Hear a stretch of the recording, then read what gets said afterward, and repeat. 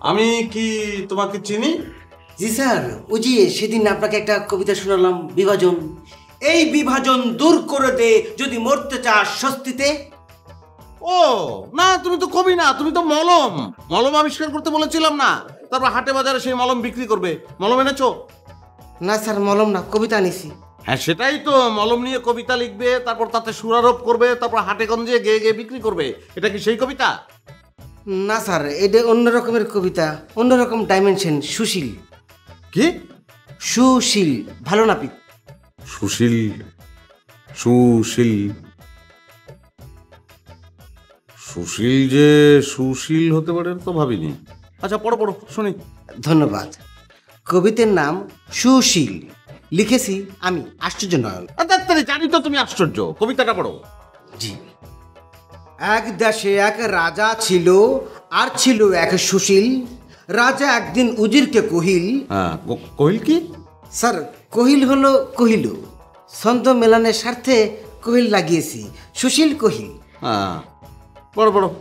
রাজা একদিন উজিরকে কহিল, ওহে উজির, একজন ভালো নাপিত ডাকিয়া আনো, আমার গুম্ফদয় বড্ড বেমানান হইয়াছে, মুহ মুহ বিরক্তির উৎপাদন করিতেছে, সত্তর কাটিয়া লইব।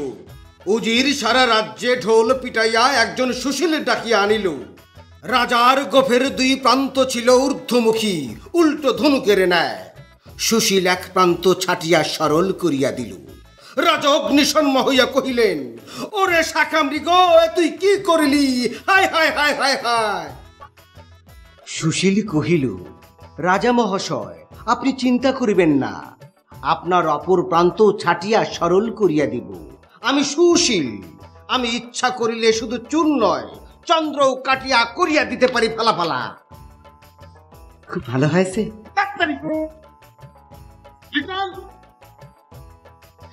পত্রিকা অফিসে যেতে হবে। কি এটা? কি কি এটা? Sorry sorry sir, sorry. Liton, তুমি একটু কাছে আসো, কানে কানে কথা বলবো একটু।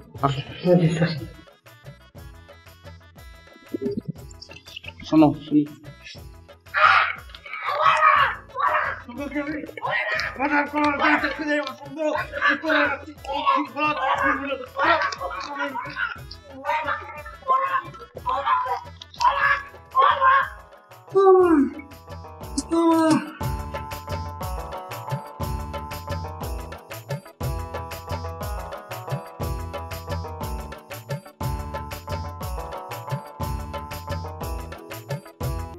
আরে বাবা, তুমি জুসের অর্ডার দিয়ে দিয়েছো।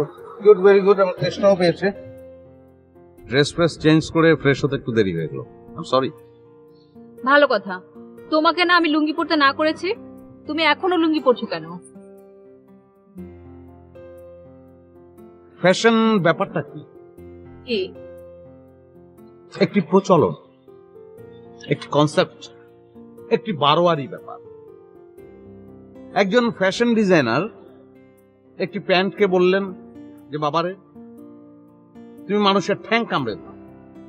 উনি একটি চাপা প্যান্ট আবিষ্কার করলেন এবং সেই প্যান্ট মানুষের ঠ্যাং কামড়ে ধরল। বৃহৎ একটি জনগোষ্ঠী সেই প্যান্টের দাস হয়ে গেল। আবার ওই ফ্যাশন ডিজাইনার এক সময় প্যান্টকে বললেন, বাবা তুমি এখন ঢিলে ঢালা হয়ে যাও, বেল বটম। একটি বৃহৎ জনগোষ্ঠী বেল বটমের দাস হয়ে গেল।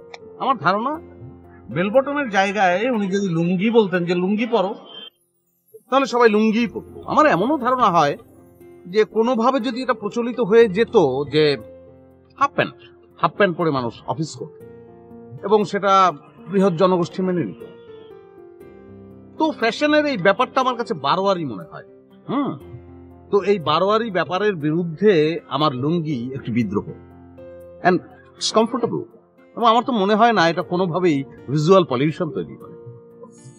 তোমার কাছে তো সব কিছুর ব্যাখ্যা আছে, কিন্তু তুমি আমার হাজবেন্ড হিসেবে কোথাও গেলে আমি একটু এমব্রেসড হব না? না, হবে না। তুমি সাহসী হবে। তুমি একজন লুঙ্গি পরা স্মার্ট হাজবেন্ডকে ক্যারি করছো, এটাই তুমি মানুষের কাছে প্রমাণ করবে। তাছাড়া তুমি তো আমাকে বিয়ে করেছো এই লুঙ্গি পরা দেখি। রাইট, তোমার মতো একজন স্মার্ট মানুষ, এত লেখাপড়া জানা, সে লুঙ্গি পরে থাকে, সেটা দেখেই তো আমি প্রেমে পড়ে গেলাম। তোমার লুঙ্গি পাস, কিন্তু এই যে আমরা বিয়ে করলাম, আমি থাকি লন্ডনে আর তুমি থাকো এখানে, আমরা কি কখনো সংসার করব না? সংসার সংসার ব্যাপারটা কি? কি? একটি স্বামী এবং একটি স্ত্রী সহ অবস্থান করবে। তো আমার অভিজ্ঞতা আমি যা দেখেছি যে একটি স্বামী এবং একটি স্ত্রী 12 মাস সহ অবস্থান করে এবং 12 মাসই তারা ঝগড়া করে। এটা কেমন সহ অবস্থান? এই যে তুমি লন্ডনে আছো আর আমি এখানে আছি, আমি মারিয়া, আমি তোমার অপেক্ষায় থাকি। অপেক্ষা কি? আমি তোমার প্রতীক্ষা করি। যে তুমি ঢাকায় এসেছো, ঢাকা এখন আমার কাছে উৎসবের নগরী। হ্যাঁ, আবার তুমি চলে যাবে, আমি আবার তোমার প্রতীক্ষায় থাকবো। আমি তোমার জন্য ভালোবাসা জমাবো, তুমি আসবে, আমি উজাড় করে ভালোবাসা দেব। তো এই 12 মাসের ঝগড়ার চেয়ে 3 মাসের অসাধারণ ভালোবাসা কি অসাধারণ নয়? অসাধারণ। এখন জুস খাও।